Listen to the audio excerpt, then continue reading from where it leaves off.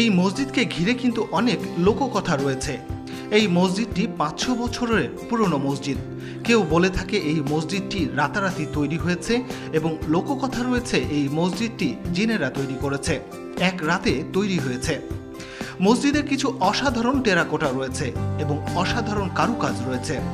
চলুন দর্শক, আমরা মসজিদের ভেতরে এর কারুকাজগুলো দেখে আসি।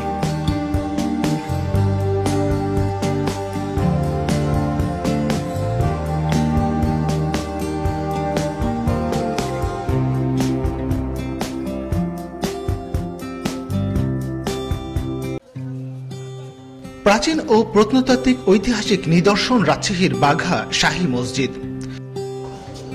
৫০০ বছর আগে বাংলার স্বাধীন সুলতান নুসরাত শাহ এই মসজিদটি নির্মাণ করেন।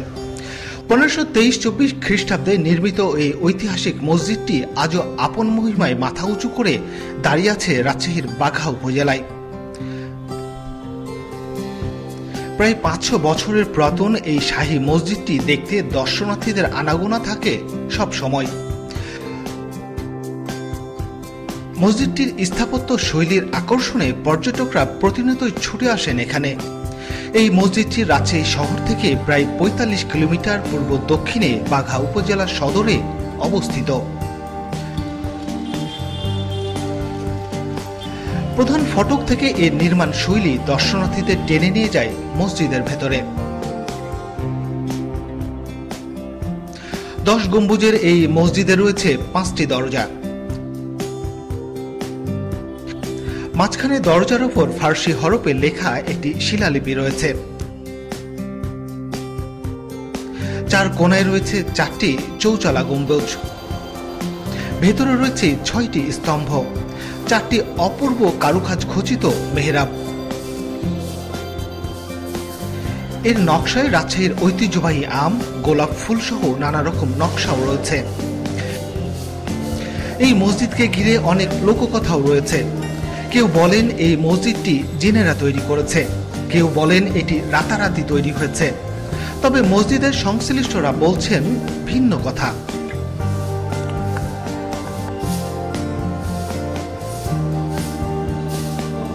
ঐতিহাসিক বাঘা মসজিদ সম্পর্কে অনেক লোককথা রয়েছে, তো এখানে আমরা একটু কথা বলবো এই মসজিদের যিনি খাদেম রয়েছেন, মূলত তার কাছ থেকে জানবো যে এই মসজিদ সম্পর্কে তিনি কি শুনেছেন বা এই মসজিদ সম্পর্কে আসলে এই কি লোককথা রয়েছে একটু জানতে চাইবো। যে আসলে এই মসজিদ সম্পর্কে অনেক কথা রয়েছে, আপনি কতটুকু জানেন বা আপনি কি জানেন একটু আমাদের বলবেন।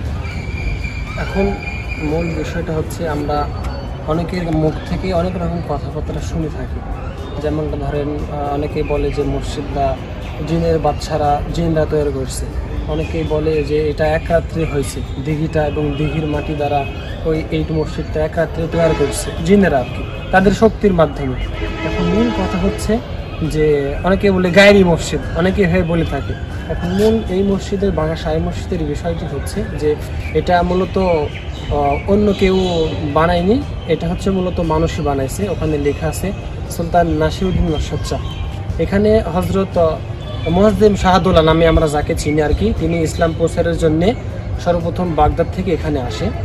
আর আসার পরে এখানে তিনি একটা আরবি বিশ্ববিদ্যালয়, এক কথায় মাদ্রাসা, আরবি বিশ্ববিদ্যালয় তৈরি করেন।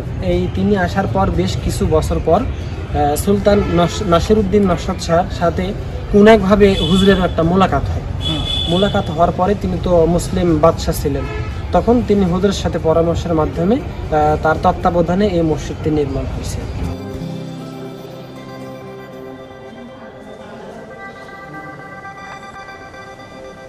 এই মাজারে দক্ষিণ পশ্চিম কোণে হযরত শাহ রহমতুল্লাহ আলাইহির পরিবারের মাজার।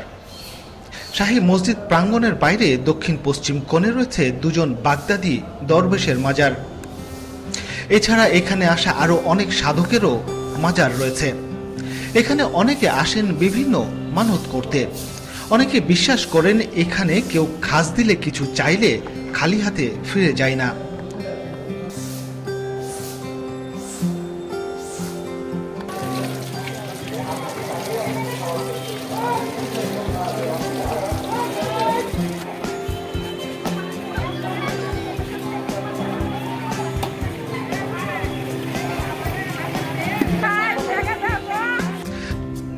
মাজারের খাদেমও বলছিলেন এমন বিশ্বাস থেকে এখানে প্রতি সপ্তাহে অর্ধশত খাসি মুরগি কাটা হয়, সিন্নি বিতরণ করা হয়।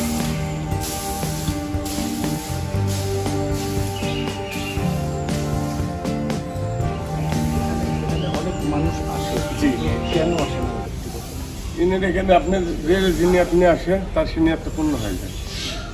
একটা রোগ আমার ভালো হলে এই জিনিসটা দিলেও তারা ভালো হলে দিয়ে যায়। কিন্তু শুক্রবার দিন মেলা বসে কেন হয়, এই জন্য 200-300 খাসি জবাই হবে, মুরগ জবাই আসবে, এখানেও দিবি খাসি জবাই, সব খাওয়া দাওয়া মানুষ এটি রান্না করে দিই, ওই দিন সব রান্ধবি, ওই নিচে রান্ধবি, এগুলো দিয়ে যায়, তাহলে ভালো হলে দিয়ে যায়। আর দিঘি দেখছেন, এই দিঘিতে তো মানুষরা খায়, ওই দিঘিতেও মানুষরা খায়। আপনার গায়ে ধরো আসলি বাড়িতে কী বাড়াইছে, ওই যে 5টা সুপারি মানুষরা করেন, রেখে ভালো হয়ে গেলে দিয়ে যান, কেউ দুধ মানুষরা করে, দুধ দিয়ে যায়। এখানে আসতে কেউ খালি হাতে শুরু না না, কেউ খালি হাত ফিরাই নিয়াত আপনার ঠিক থাকলে কেউ দিন, আর নিয়াতে মেয়েদের ভোগ যদি থাকলে দিয়ে যাবে না না।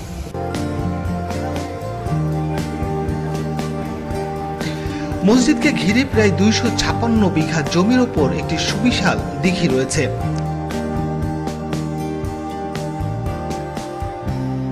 আউলিয়াদের মাজার, মূল দরগা শরীফ ও জাদুঘরও রয়েছে এখানে। ইসলামিক দৃষ্টিকোণ থেকে এই জায়গাটির গুরুত্ব অনেক বেশি।